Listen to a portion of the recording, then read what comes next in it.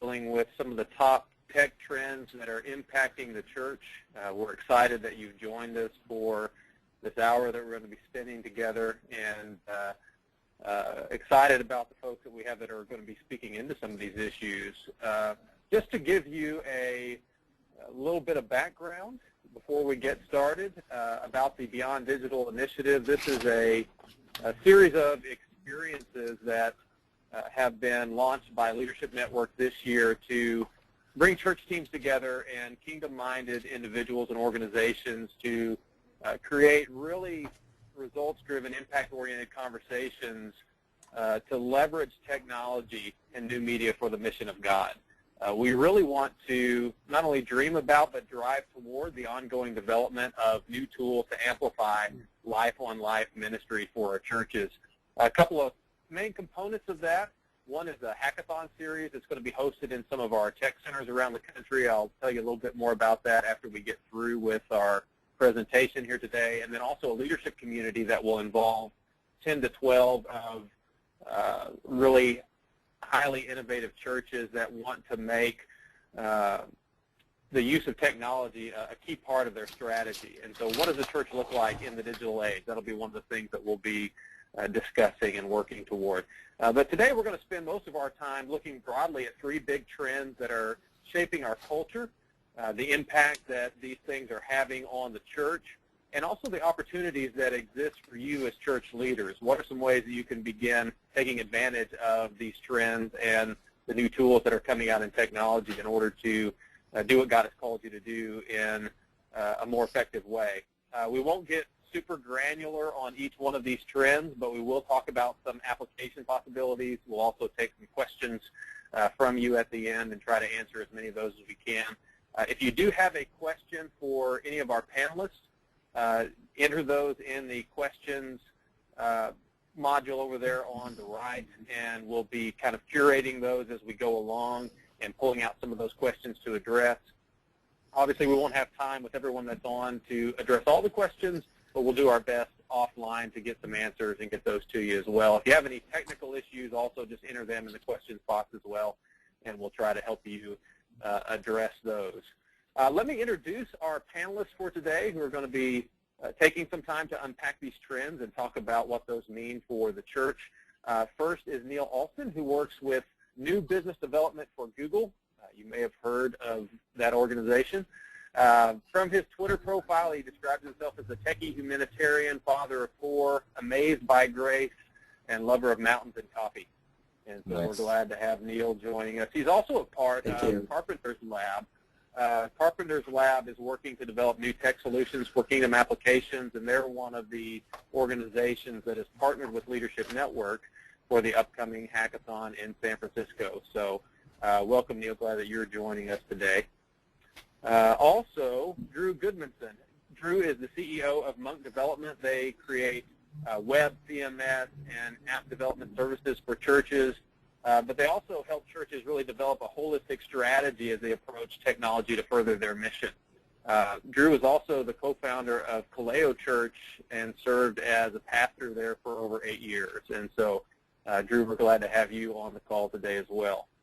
DJ Chuang. DJ is a strategy consultant. He's a connector, ideator. Some of you may know him as the host of the Social Media Church podcast. DJ's been a great friend to Leadership Network for years and really works with us on a lot of different fronts. And DJ's probably connected to more people who are using technology effectively in the church than at least anyone I know. So we're glad to have DJ really be able to come in and speak to the church side of a lot of these trends. And then finally, Kevin Kim. Kevin is the Director of Innovation and also a teaching pastor at Menlo Park Presbyterian in Menlo Park, California. He's doing some great things in their church, but also doing some really cool, some cool collaborative efforts outside of their church. And we're glad to have Kevin joining us as well. So welcome, everybody. We're glad that you're here, glad that you're a part of this, and look forward to hearing the things that you have to share about these tech trends. So rather than taking any more time with introductory stuff, let's just dive right in. We're going to have to keep things moving to stay on task. And so let's start with the first trend of social media. And this is a pretty big trend. It's not necessarily, social media isn't new, but it's constantly evolving. There are new things happening within it. And so I wanted to ask Drew to spend some time talking about some of the things that are happening within social media, the impact that they're having on our culture and society, what that might mean for us. So Drew, take it away. Yeah, thanks. Well, good. Well, I think the first thing I need to talk about with social media is just looking at Facebook. And, I think that's such a dominant part of social media. And there's some trends that are impacting it. And let me know if I can take control. I've got a couple slides.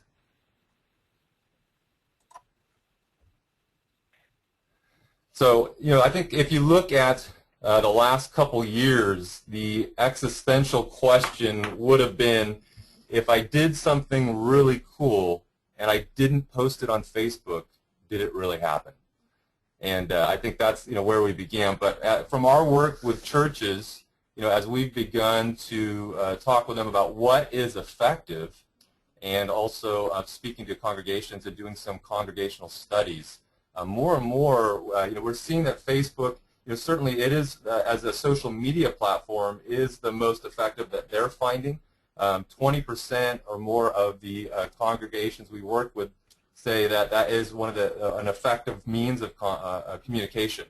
And then even congregants, and if you can advance the slides or give me control, I'll thank you. So you look at the different platforms, which is how do you communicate with your people? And certainly Facebook is number one on social media.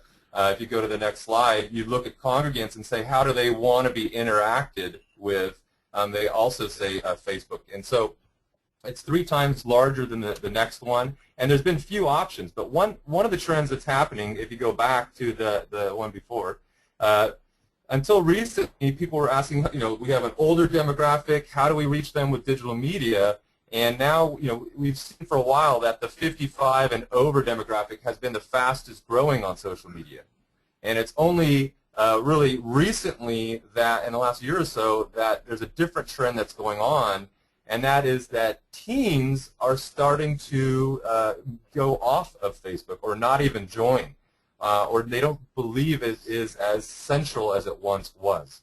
There was some new research by Piper Jaffray which said that only 33% of teens see it as the kind of the most important social network, and that's a 10% drop from last fall.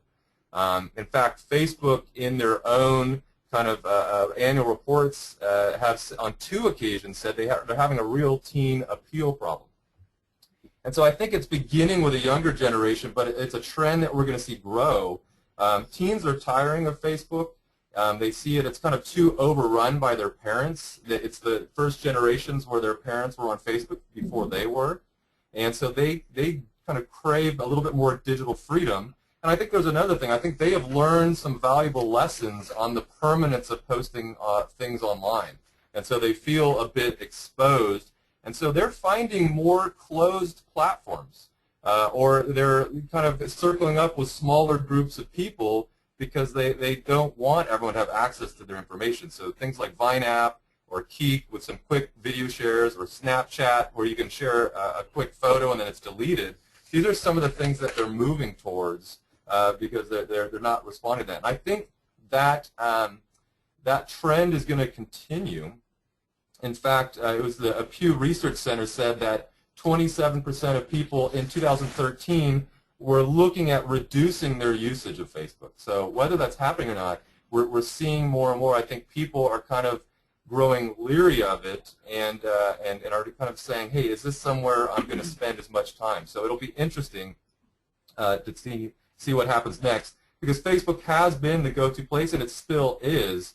But I think that means as organizations, you're going to have a lot broader strategy, and you're less reliant. And there's a second piece, if you go to the next slide, that deals with that, where Facebook isn't the Wild West it once was.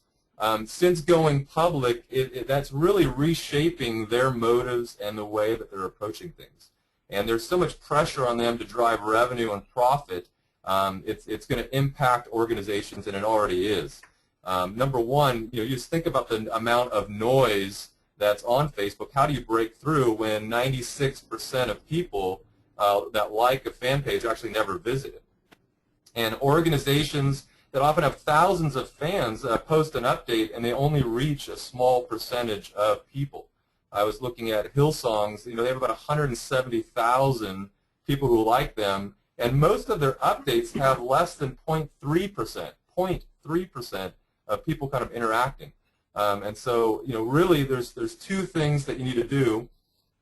And one, you're going to either need to come up with really compelling content, which somehow always seems to be cats and puppies and grandmas. But as organizations, how much time and energy are you investing into creating compelling, shareable, engaging content? Because people aren't going there to look for you, but you have to get and catch their attention. And then, so that's option number one. Option number two is, if you click the next button, is you're going to have to spend money. More and more, you're going to have to allocate budget to promote your posts to reach your fans, and see that as a potential marketing pool or communication pool, rather than those people really ever seeing anything you do. So, I think that's those two trends combined are making Facebook much more difficult for organizations to use, and really take advantage of a lot of the relationships that they've built there. So those trends, I think, will continue going forward. And then if you advance to the next one, I think that the other big one, more and more, that we're seeing is that social media is much more, it's not so much just about the technology. I think it's about a worldview change. And so to me, social media, I think organizations are realizing it's just the tip of the iceberg. If you look in the 1950s, I think if you had social media available, people's view of authority and posting their own opinions, they probably would not have done it as much. But because of the world we live in, and just some of the trends that are going on, it's taken root, and it really represents our age. And so, I think in the past, a lot of organizations were much more hierarchical, and more the kind of the prevailing shape would have been a pyramid, and you'd have hierarchies. The world is flattening, and we're reading all the books on that. But I think more and more the trend of how can organizations create policies, change their leadership. We're seeing a growing number of churches that have a digital pastor, just to handle the number of people that are interacting with them online or their presence online. And so, we're really talking about how do we, as an organization, do some organizational development to reorient so that we are addressing the change that social media is representing. And so certain things like people's expectations are they expect more access from the organizations that they're a part of, and they're expecting it to be two-way, to be relational.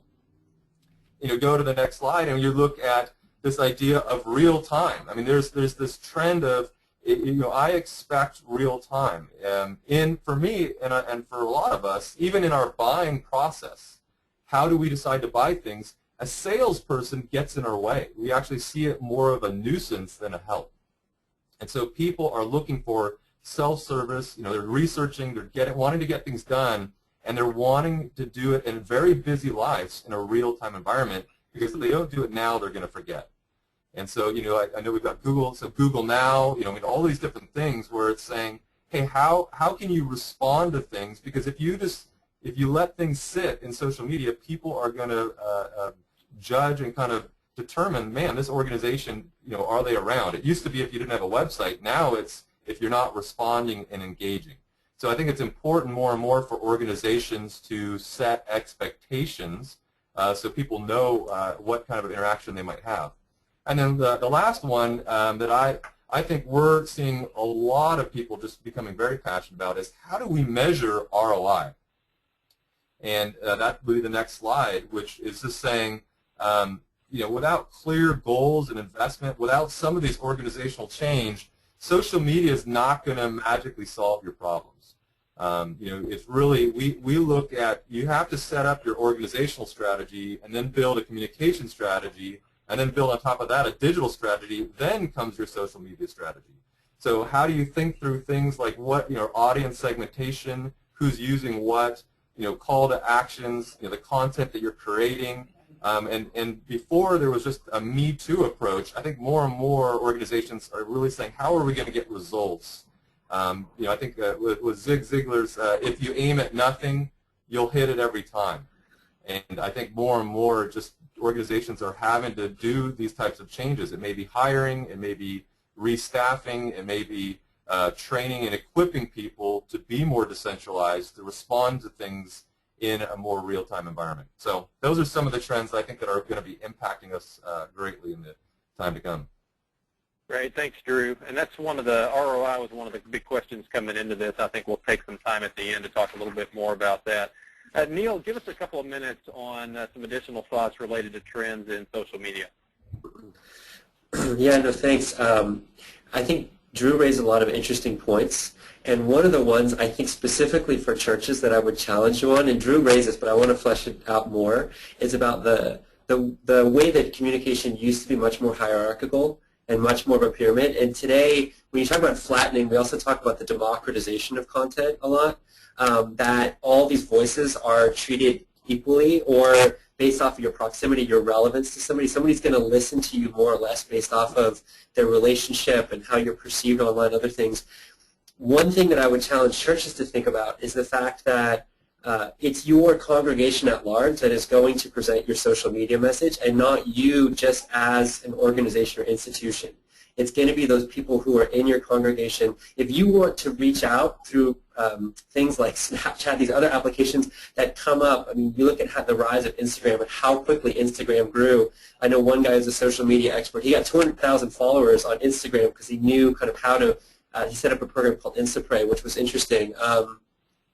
It's going to be really hard for you to do all that and be out front of all that. And if you think about deputizing people inside of your congregation who are of that generation and who are in that stream of conversation, it might be one way to reach out to people who you otherwise aren't going to be able to reach out to because you can't control all those different streams of content. You can't necessarily be in all those different places, but a lot of your congregation is there.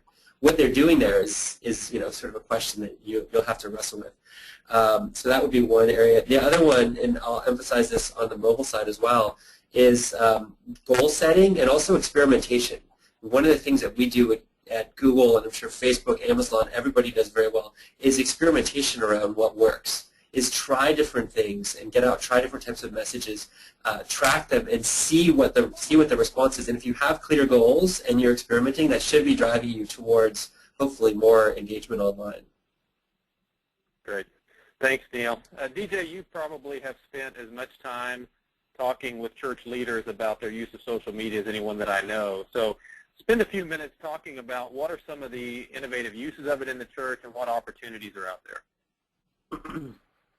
Yeah, one of the things I'm noticing is this bleeding over of social media with traditional media and just using internet as a media. And so there's 4 things I wanted to mention and give you some real-life examples because there's all kinds of possibilities and opportunities on the internet because it's digital space. So essentially it's unlimited.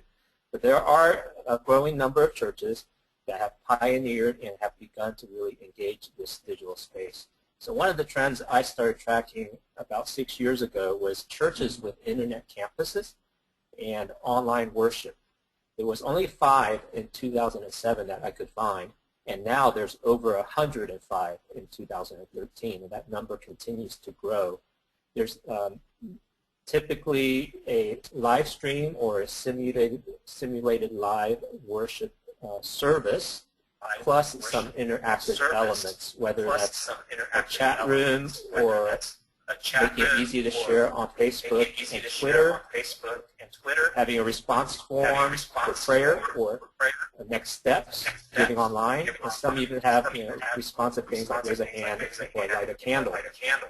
One church in San Antonio called Community Bible Church is beginning to develop specific content just for the online community. So rather than just as an add-on to their physical campus, they're actually creating specific content, short form, 30-minute sermon sound bites speaking directly to the camera for the online audience.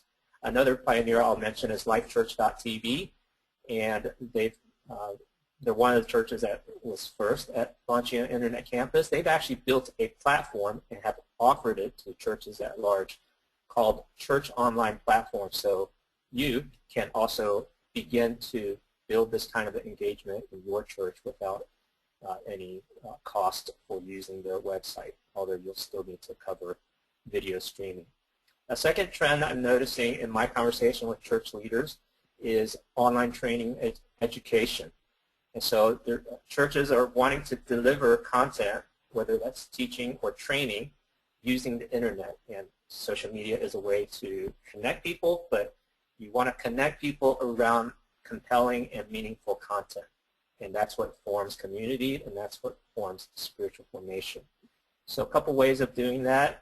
A church in Quincy, Illinois called The Crossing, they use a private social network called Ning. And behind that walled garden, they just provide video and text content that people can learn on their own pace, like on-demand learning, and then process that with a coach or a mentor. There's a couple of new vendors that have come out with their iteration of how to do that. I'll just mention their names so you can check into it. Right now, Training has a library of 1,000+ videos where you can customize it into like a timeline format and have some interactive quizzes to help people process. And Ministry Grid is being developed by the people over at Lifeway. The third thing, which connects right to what Drew mentioned in terms of the emerging trend, is real-time engagement. And so not only is the hierarchy flattening, it's also inviting participation. I think if you were to have a raise of hands in your church, you probably have most of your people with a cell phone and a smartphone in their pockets ready to go. And so churches are really making the most of that. Rather than seeing that as a distraction, making that a part of the worship experience. So I was talking with a church in Florida, and they used Instagram for people to share a picture of their mom and do it in a creative way. So rather than just giving the prize as we celebrate Mother's Day to the mom that's the oldest or the mom with the most grandkids, they gave a prize to the one with the most interesting Instagram photo. Some other mechanisms people are using is text and questions. So there's a church called Ranger Community Church that actually designed an entire sermon around questions that were texted in, and they have a pastor who's able to kind of think on their feet and respond to those questions during the worship service. One other idea that is really easy to do, I think, is setting up a Google Voice number where people can text in their prayer requests 24/7. And there's a team of volunteers and staff that manage the prayer requests and distribute it to their prayer team so people can get prayer anytime, anywhere, just through texting. And that's become a very easy format for real-time engagement without having to sign up for another social network. And the last thing I'll mention is larger churches empowering small churches. Larger churches do have more resources, and some are beginning to really leverage that to serve other smaller churches as well as house churches. And that's kind of being called in the genre of network churches. So I was talking with the communication director at Eastside Church here in Fullerton, California, and one of their values is share recklessly. And so whether it's video content or how they do church, they want training with other church leaders to do that as well. So the opportunities are tremendous, and I'm privileged to talk with church leaders every week on the Social Media Church podcast about what they're doing in real life to engage social media and online. Great. Thanks, DJ. Hey, we're going to move on to our second trend, which is mobile engagement. And so I wanted to ask Neil to take a few minutes to talk about what does that trend look like, what's the impact on culture and society. So Neil, jump right in. Need your audio there, Neil. There we go. Can you hear me? All right. Yep. So I was just saying mobile is a fascinating space, and if you saw it at Google I/O, we were just announcing over 900 million Android activations, several hundred million Android phones out there. And the thing about mobile to think about most fundamentally is it's an always-on type of culture. This device goes with you everywhere, and I know that seems self-evident, but effectively what that means is that you have a camera on there, which is a set of eyes. You have a touch screen, which is kind of like a skin. You have ears on there, capturing a lot of the elements of what human beings do. and who they are, and obviously location devices, location GPS in there. And at a fundamental level, we're actually starting to engage with human behavior in ways that we've never been able to do before through technology. Because of this always-on environment and our ability to always get messaging out to you and receive messaging back, we are actually, between Google, Facebook, Twitter, Amazon, etc., running collectively probably the biggest experiment in human behavior that has ever been run. We are testing real-time, and Google, for example, and this is public information, we'll test up to 5,000 different experiments on search at any given time, trying to understand what is going to make users engage more, get more information, spend more time online. Facebook does the same thing, YouTube. It's all about engagement, and we're always with you, where you are and what you're doing, and we're trying to get you to engage more on these platforms. So what that means is you have some of the best MIT PhDs in the world, Stanford PhDs, who are really getting a deeper and faster understanding of human behavior, innovating faster, and delivering platforms that will allow you to spend more and more time on them, unlike ever before.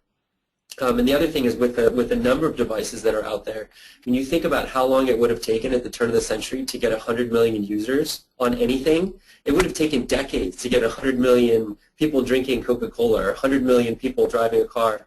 And you look at companies like Instagram that go from 0 to 100 million in a year, it's absolutely a fascinating and disruptive environment. And that's where I think as churches it's challenging for you to think about solving for all these platforms, to think about solving for every new app that's coming out that's getting engagement. And so going back to Drew's comments in terms of a practical perspective of how to think about it, first of all, you want to be where the people are.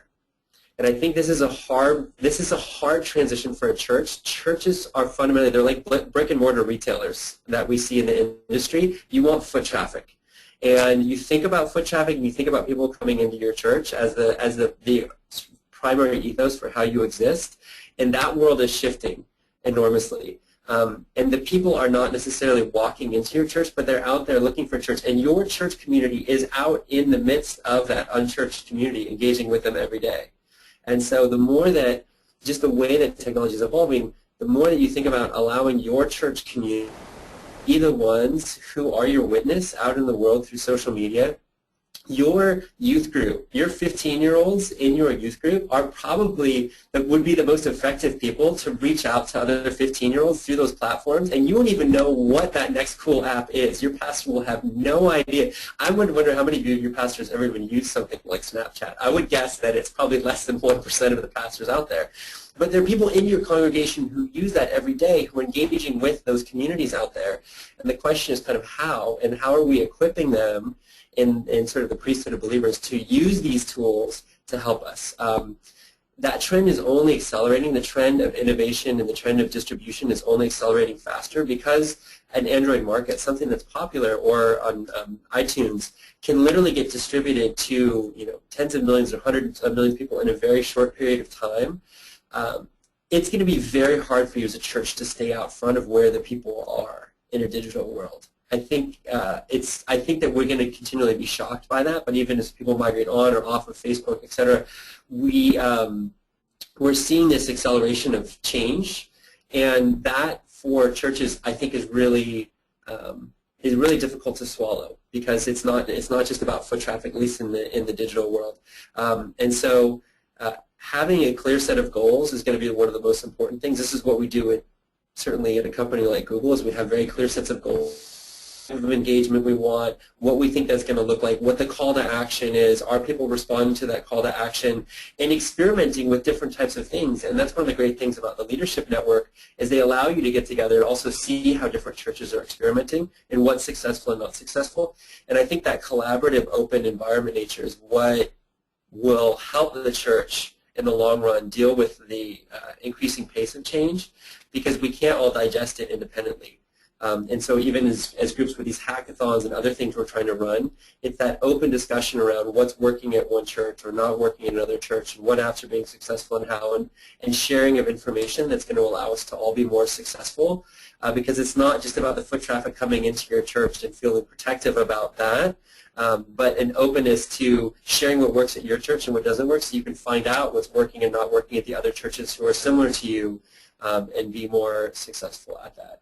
The other thing that I see churches trying to do oftentimes and investing a lot of money in, and it's with very mixed results, is again spending a lot of time building websites, spending a lot of time building destination things when you fundamentally can't compete with people who have designers on the caliber of organizations like a Google or a Facebook or others to make it beautiful, to be in that next trend, to have information that's easier to consume, and expecting that people are going to come to your website.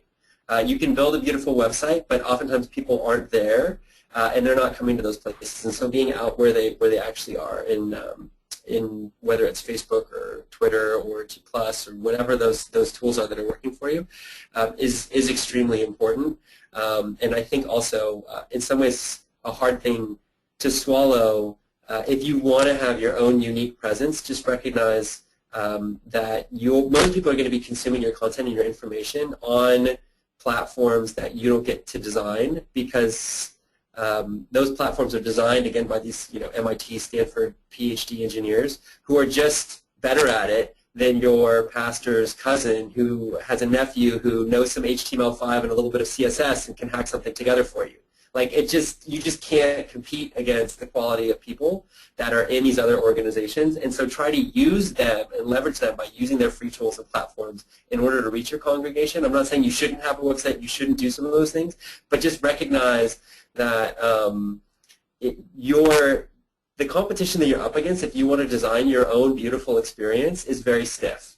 And users' attention and willingness to sit through that is shrinking. And people will bounce off of something just by taking one look and saying, this just doesn't look interesting, and never even read the first word. So that's a challenge. I don't know how we will completely solve for that. By using the platforms that are out there, by using the Instagrams and the Google Pluses and the other things, we already make those things beautiful. And so, going out and trying to build your own iOS app, it's probably very few people are going to download it, and the ones who do will not likely use it unless you really can invest in that experience. And if you can invest collectively with other churches or a bigger organization, you're even going to have more success. So those are some of some takeaways on the mobile side. Good. Thanks, Neil. Drew, some more comments on the mobile side.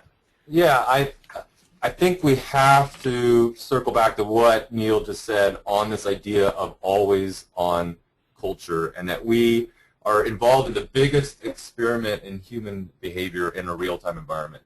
I think as the church, we are in the beginning of something that we have no clue what's about to happen.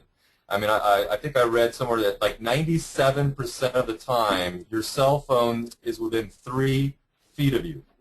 And there's a phenomenon that I would call the appification of our life, where our behavior is being shaped by the apps that we use through gamification, through we're checking in, we're doing certain things, certain bells and whistles and alarms and beeps are actually shaping our psychology. It's incredible. I mean, think about just even the psychology of our access to information. The idea that because we can Google something in any moment, we actually start to forget that information. So something like even the Bible app, which we celebrate, because I don't have to flip from chapter to chapter and book to book, I actually don't even remember the book, order the book of the Bible anymore. And people are going to forget those things because we just know the app will take care of those things. All the way to, because I'm interacting so often through my phone, my sense of presence totally changes. And even though I'm in a room with people, I'm not really there. And so I think these are things that are absolutely going to impact the world that we live in. And churches, not just in terms of using these tools as a technology, I think they need to think of a theology that's driving why and how they should speak into these very issues. And then, I would also look at, some of the things that the churches are doing. I mean, something as simple as, when the research that we've done with hundreds of churches is looking at how many people are visiting their sites from a mobile environment. And a lot of times it can be 20 and 30%, and they are not even designed mobile friendly. I mean, that is just blocking and tackling. I think some churches are thinking about building apps, and it's nothing more than the same information that would have been on a website, which doesn't make much sense to me because you invest a lot of money and time to just give content. So I think responsive websites, now more and more, how do you build responsibly? Because you have to think about all the different ways that people might access your site. And what kind of information are you looking to gather from a mobile site? How much of mobile is very local specific search and information? When it comes to behavior, I remember Back to the Bible did some research on texting a verse to people. I think it was something like 80% more people were actively reading their Bible from something as simple as being texted a verse. So I think that's going to be an interesting thing, where how can churches start to redeem this behavior modification?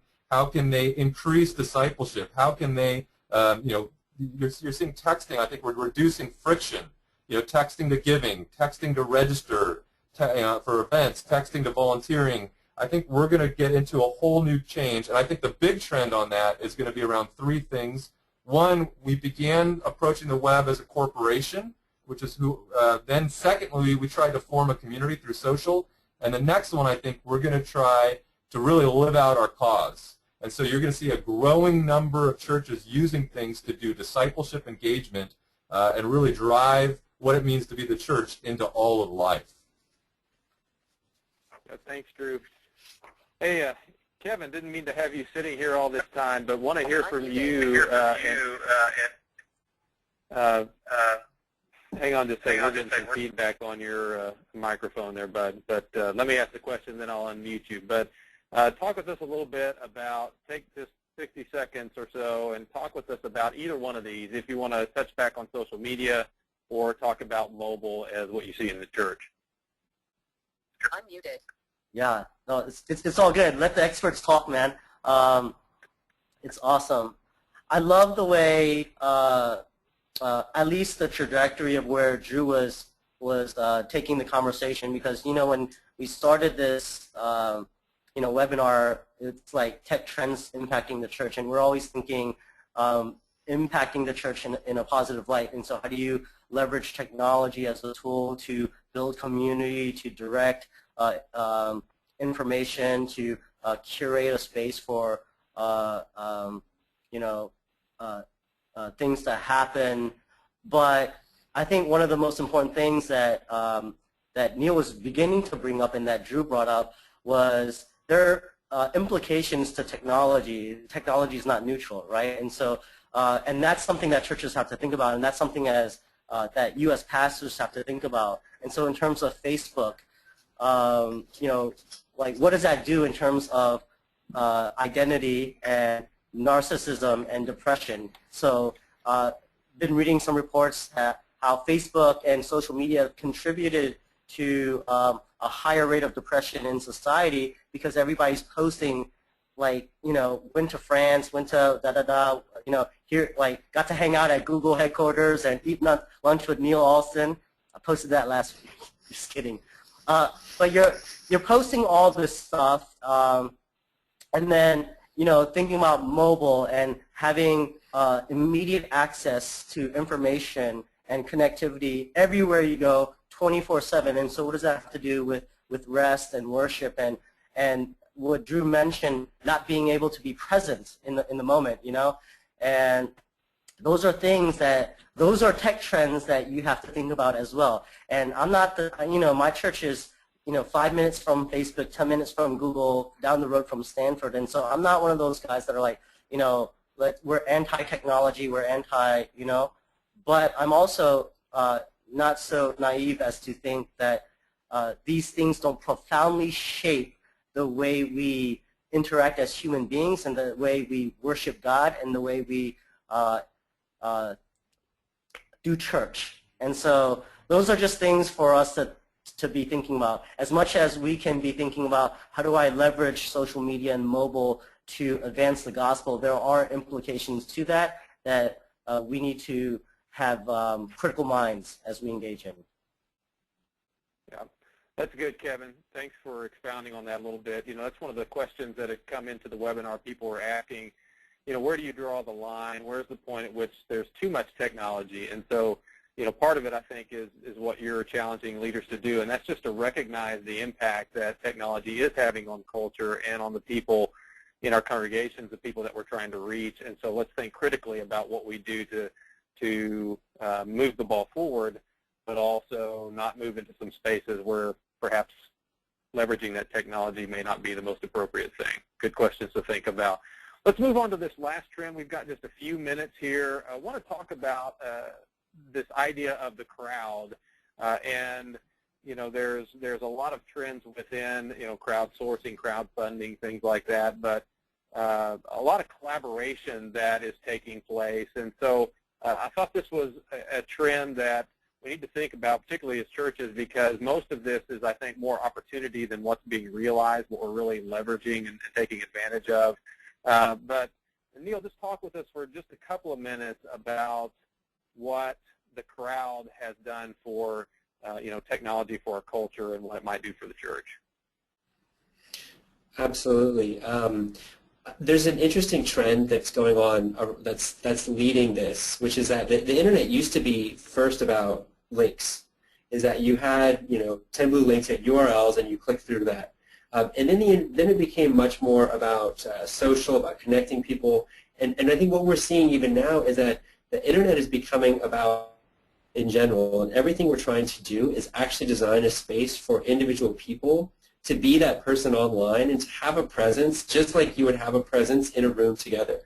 And so when you start doing that, you start actually bringing in associations of people and virtual crowds together that could never exist.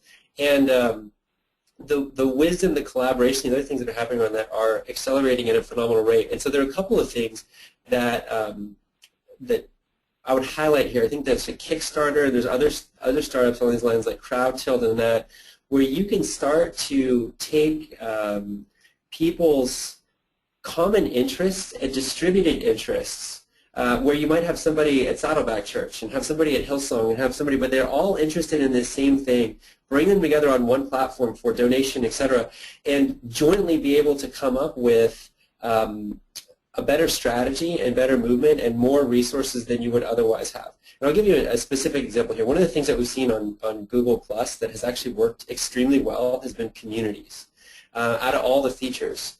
Because communities bring together this natural set of people who want to associate around something. And interestingly enough, so Christian communities have taken off really well, and we actually have a community of moderators of Christian communities who want to figure out how to even curate their communities together. And that community is so tight and so viral, they're trying to solve a very specific problem, which is how do I moderate and how do I curate a really good Christian community environment? And how do I do that up in Vancouver? How do I do that down in Miami? How do I do that all over? And they actually have a community that's very, very rich and very active of hundreds of people who get together to talk about this one specific issue and really get to know each other. They get to pray for each other. They get to do all these things. And really, our technology is neutral towards what you do with that, but they type of a solution. And so the challenge for churches on this, it comes back to the fact that you can provide some direction to where the crowd is going to go, but there are a lot of people who have a lot of passions that you can't necessarily solve for in your church alone. And so how do you plug into these tools, be it a YouTube or a G+ or a different type of a tool that another company puts together, in order to allow for this kind of open set of ideas to come together for people to solve these very specific problems. So it's a very powerful trend. It's a very powerful platform. And the other thing on the crowd, and as an overall point that I wanted to raise, is coming back to the human desire piece. As we're running these experiments on human behavior and human desire, probably the biggest question that we need to ask is what desires are we trying to solve for, and are they biblical desires? And so whether you're thinking about the trend of the crowds and things like Kickstarter or Google Plus Hangouts and communities and things that we can do together, just teeing up conversations that are really important for people in these types of media and setting up a good moderator is going to allow people to engage with these in ways that they never would have before. So the moderators element of Google Plus Hangouts, where you have all these different Christian communities coming together to try and figure out the specific types of problems, that's teed off by somebody having that passion and somebody having that spark, and finding those people inside of your church who have that passion, that spark to say, I want to solve a problem in Dallas, or I want to solve a problem out at Hunters Point where Kevin is at, and then equipping them as members of your church to go out and do that. I know a lot of you have hired digital media experts and whatnot within your church to kind of do that, but I would think about not just training your pastors to do it, but training the people inside of your community to be that presence in the crowd areas where they are to witness out. Because the problem with them is there's so many. There's so many, really millions of different forums and environments where people can get together that it's hard for you as a church to do them specifically by yourself. Yeah, thanks, Neil. I want to pop back up to Kevin because I know you guys are doing some collaboration, some different things. And so just talk for a couple of minutes about how leveraging the power of the crowd is, what you're seeing working for churches. Unmuted. Yeah, absolutely. Neil mentioned Kickstarter. One of the places where I feel like crowdsourcing could be beneficial to the church is kind of like that concept. So a friend of mine down in SoCal, he started this thing called Hope Mob. And basically it's like a Kickstarter for compassion. You highlight these stories and then you send it out to the crowd, and the crowd comes in and provides the supplies to this organization that needs it or whatever. One of the cool things that we did in my church, Menlo Park Pres, is we had a series called Ripple, where we were talking about God's heart for justice. And the week that I was speaking, we were highlighting the problem, the massive problem of human trafficking. And so, we were partnering with Not For Sale in this particular talk, and what we did was, and this is use of mobile as well. As I was talking, we said we want to have a goal of raising 3 kind of human trafficking outposts, like guys that would kind of like watch the border at Nepal, and it costs about $10,000 to raise one of these outposts to fight human trafficking. And so we said during the sermon, our goal is to raise as many outposts as possible. And so if you text into this number, it's going to donate, AT&T will donate $10 to Not For Sale to raise this outpost. So as I'm preaching about God's heart for justice, and we have this sourced out, like people are coming in and they're texting in from all over, and like we're like raising up these little posts, right? And so that was one cool thing that we did. One other thing that I was working on with a guy named Gary Hamill, who comes to our church. We're working with this organization called Spigot.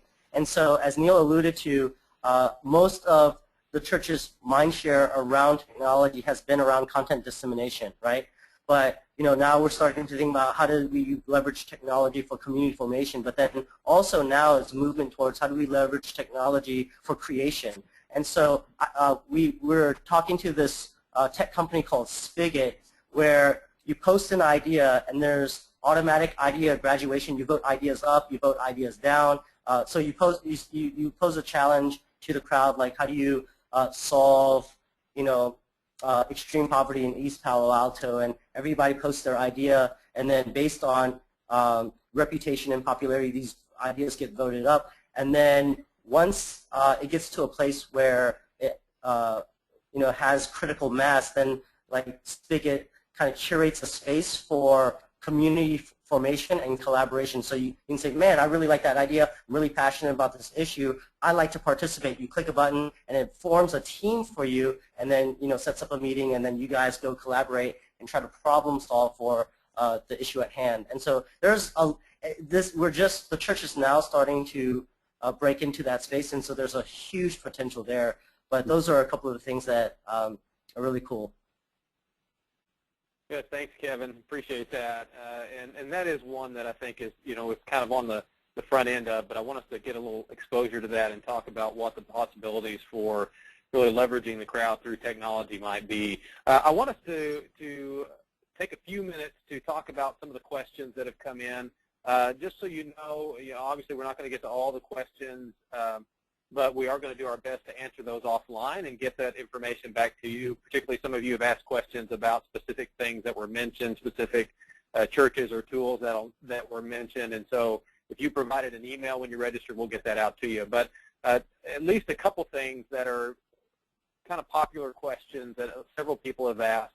Drew, I would ask you, you brought up the topic of ROI at the very beginning. And one of the questions that has come up from a lot of church leaders is, how do you really determine what's effective, what is going to give you a return? So take a minute and talk about at least how you guys help churches address that question.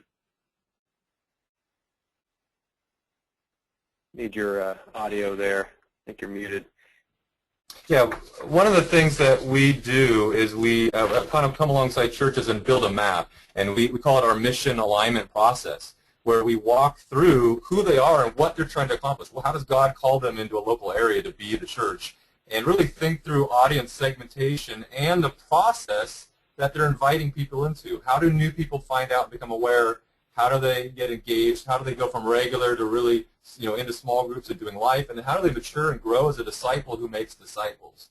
So I think one, on ROI, people really have to map out clearly their goals, and I think that's, Neil's hit on that a lot. I think that's absolutely correct. You have to be laser focused on what you're trying to accomplish, and then begin to track those things with analytics, with what posts are working, what's driving traffic, how many people are doing that. And that's where we're excited when we go into a church like, I think about the Village in Texas with Matt Chandler. They were saying, how do we get from 60 to 80% of our people in small groups? Or working with Port City, how do we grow and get more people aware of our church, and tracking what's working and what's not, and doing some experimentation, but being very clear on the messaging, the audience, who they are, what they're looking for, why are they looking for a new church, or why are they going to move and do something in the ministry that you have, and mapping all of that up front so that you can be a lot more agile as an organization, and you can go and you can be very specific and targeted in how you approach your digital strategy. So a lot of analytical tools, whether it's Google Analytics, whether it's Facebook, whatever these things are, you've got to use to track and measure to know if you're just making noise or you're seeing real ministry take place. Thanks, Drew. Another one of the questions, kind of the theme centered around communication and how do you use technology to communicate effectively across all the different channels and across all the different kind of subcultures within your church. Maybe Neil, and then give anybody else a chance to give some thoughts on the communication part of technology. Tim, that question is phenomenally difficult because your audience is sitting in different areas. And so you're going to have to figure out who you want to communicate to and accept the fact that any one of these channels isn't going to be perfect for that group of people. And email is going to work for some, Facebook is going to work for some, or Twitter is going to work for some. For some, they will never check any of that, and you just have to call their phone or show up at their house. And maybe part of it is segmentation and customer segmentation. Really, if I were thinking about it from a Google perspective, I would segment my customer base and say there are different people in my church who respond differently to different types of technology, and accept the fact that Facebook posts might reach one segment of the population and not others, and Twitter another, and these other tools. And again, come back, set goals for what kind of engagement you want, and see if you can get that through different channels for your church. Yeah, and one of the big questions, and either of the other guys, if you want to speak to this too, but that relates to that is, how do we create engagement? How do we, get people who aren't engaging via social media in other ways? How do we help create engagement with people in those things? And I guess part of the answer, what I hear you saying is some people you'll never get engaged in across certain platforms. But anything in general that you guys might add about how to increase engagement? The thing that I've seen is twofold. One is being very clear on who you are, your values, your mission, and those things, and speaking authentically, because I believe that's magnetic. You're going to attract certain people, and other people are not going to want to be engaged. So I think the more clarity you have on that, and then the understanding the values of your community. What are they interested in? And so how can you, I think the secret sauce to me is understanding with clarity who you are and your audience, and bringing those things together. That does create engagement because there's an energy and excitement because it's speaking to what people are most passionate or are interested in. Good. Any other thoughts on that? Hang on, Kevin. Let me get you back online here. Go ahead. Sure. Unmuted. Go ahead. Yeah, I agree with Drew. A couple of things. It's the pastor coming out in you, Drew, right? And it's like speaking with an authentic voice. You don't want, one of the things Francis was saying here is, we got to be thinking about what's going to attract people to your church. Is it going to be, a hot program, a hot ministry, or like cool technology, or is it going to be like the power of the Holy Spirit working through His people, the faithful people there, right? And so just kind of like having that in mind as we think about engagement, but also knowing where your people are at. And so as Neil's talking about customer segmentation, one of the things that we did at Menlo was we crowdsourced our sermon series, year-long sermon series. And so because what we said was, we're coming, like the teaching pastors are coming together, we're assuming where people are at spiritually and what they want to hear about, and we're just saying, here's what's interesting to us, and so this is what we're going to talk about. And so we actually reversed it, and we said, all right, like, what are the things that are most confusing to you? What are the questions that you want asked? What are the things that you're struggling with spiritually? What are your pain points? And then we crowdsourced our sermon series and then let them determine, oh man, here are like the hot topics. And then from that, the teaching team said, all right, we're kind of discerning this is what we want to talk about here, what we want to talk about here, what we want to talk about here. And so it's kind of understanding where people are at spiritually. And so, you do it, you can crowdsource it, you can leverage technology, do it. You can do it the old school way, which is just go out and meet people. Tim Keller says, the best preachers are the ones that are the best counselors. They're sitting there meeting with people, and they kind of understand the human heart.